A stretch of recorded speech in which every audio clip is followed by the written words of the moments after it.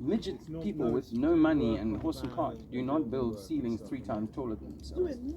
That's a lot of room to heat. But what's nice is that I was watching a documentary, and it was about, I think, people who built the Egyptian pyramids, and they were saying there were giants back then. Like they were potentially 2 or 3 times smaller than us, and you can believe it when you actually see. Yeah. Well, we've seen newspaper articles from the 1800s where, like, a local museum in a small town in America has got on display, human skeletons of a 13-foot, 12-foot standing proudly next to them and being very happy about what they've got there on display. Pretty sure that men were bigger, and even bigger than that possibly, when it comes to how they could build things like the pyramids, or why they would build on that scale, then small people building on massive scale doesn't make sense. The Chinese tried to build a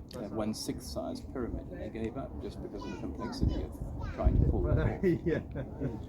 So we think that there was a much higher, or there have been much higher cultures and civilizations before, and they've been removed, wiped out, disappeared or gone away through some kind of Noah's flood event.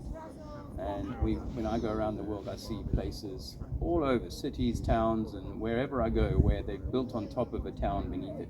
Like there's houses and building floors into the ground, windows below the street level, doors below the street level that open into the dirt. That everything's been sort of lost to us in a few epochs, we call them. And through these epochs, we've gotten smaller and smaller, the man has, or us as a being. So we might be at the smallest we've ever been, and that might be the lowest we ever get, and we're on some kind of trajectory on the way up. But human consciousness has been railroaded for a long time now, so we don't really have a good idea of who we are, why we're here. And that's why I try and talk about electromagnetics, because I think that it brings it back to this, whatever has gone on before. This is really some sort of spiritual realm, and it's a test that you have set yourself to come in here and have this higher experience and see how you manage despite all the trappings.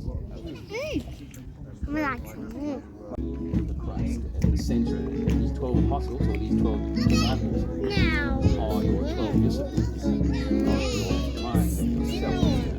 And if you Peter, the Paul, all these names that we're taught in Sunday school, these are things that represent certain elements of self-attributes. In the same way as the zodiac signs, the 12 represent different parts of your body, your feet, your crown, your Taurus. So these we are meant to resonate because you and I first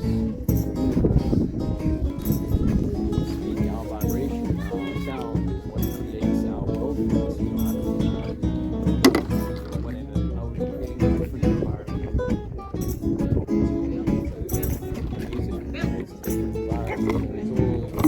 vibration.